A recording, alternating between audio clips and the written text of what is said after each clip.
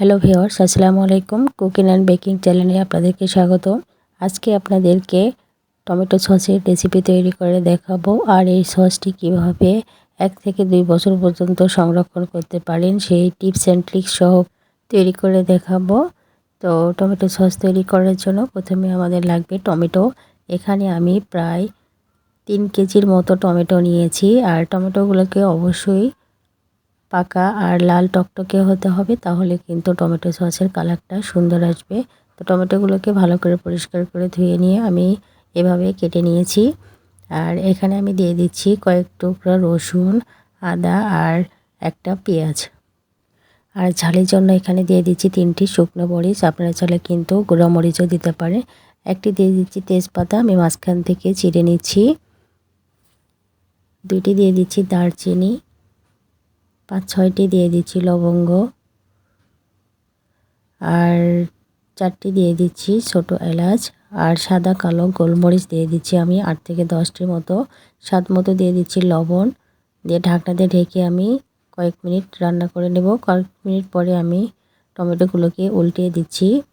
তো প্রথমে টমেটোগুলোকে উল্টিয়ে দিতে হবে, এতে করে নিচে যেন পুড়ে না যায় সেদিকে খেয়াল রাখতে হবে। তো টমেটোগুলোকে উল্টে দিয়ে আবারও ঢাকনা দিয়ে ঢেকে আমি রান্না করে নেব আরও কয়েক মিনিট। আর কয়েক মিনিট পরে দেখতে পাচ্ছেন টমেটোতে কিন্তু পানি ছেড়ে দিয়েছে। আর এখানে আমি কিন্তু কোনো প্রকার পানি ইউজ করিনি। টমেটো থেকে যে পানি বের হবে সেটা থেকেই কিন্তু টমেটোটা সেদ্ধ হয়ে যাবে। এখানে কিন্তু পানি দেওয়ার কোনো প্রয়োজন নেই। পানি দিলে কিন্তু টমেটো সসটা কিন্তু নষ্ট হয়ে যাওয়ার সম্ভাবনা থাকে। আর টমেটো থেকে দেখতে পাচ্ছেন কতগুলো পানি বের হয়েছে। তো আমি আবারও ঢাকনা দিয়ে ঢেকে একদম সিদ্ধ হয়ে আসা পর্যন্ত রান্না করে নিয়েছি। আর দেখতে পাচ্ছেন টমেটো কিন্তু একদম সিদ্ধ হয়ে গেছে।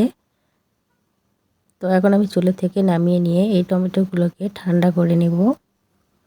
তো টমেটোগুলোকে চুলা থেকে নামিয়ে নিয়ে আমি ঠান্ডা করে নিয়েছি। তো টমেটোগুলো কিন্তু একদম ঠান্ডা হয়ে গেছে। আর এই টমেটোগুলোকে এখন ব্লেন্ডার জারে নিয়ে নিচ্ছি। তো ব্লেন্ডার জারে নিয়ে এই টমেটোগুলোকে আমি ব্লেন্ড করে নেব।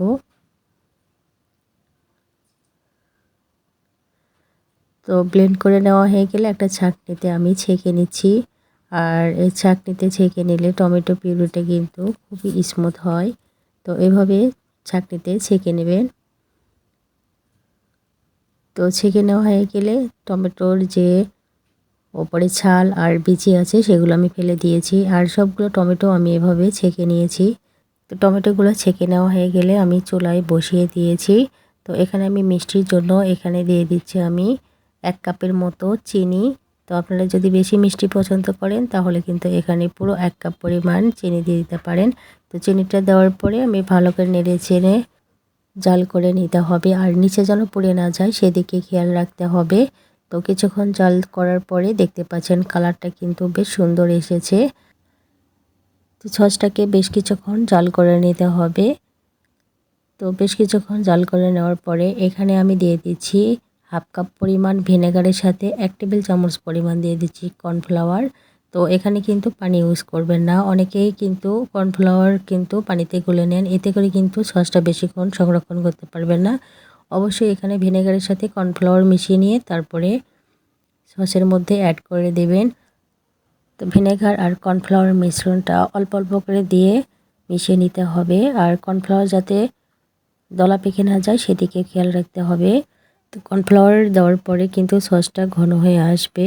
তো কিছুক্ষণ জাল করার পরে দেখতে পাচ্ছেন টমেটো কিন্তু অনেকটাই ঘন হয়ে এসেছে আর সুন্দর একটা কালার চলে এসেছে।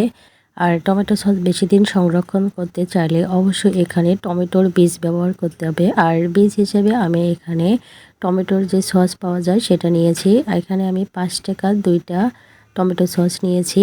আচ্ছা, দই বানাতে গেলে যেমন দইয়ের বীজ লাগে, ঠিক তেমনই টমেটো সস তৈরি করতে গেলে অবশ্যই এখানে টমেটোর বীজ ব্যবহার করবেন, তাহলে কিন্তু টমেটো সস অনেক দিন পর্যন্ত সংরক্ষণ করতে পারবেন। তো টমেটো সসটা দেওয়ার পরে আমি কিছুক্ষণ জাল করে নেব। খুব বেশিক্ষণ জাল করার দরকার নেই, 2 থেকে 3 মিনিট জাল করে নিলেই হবে।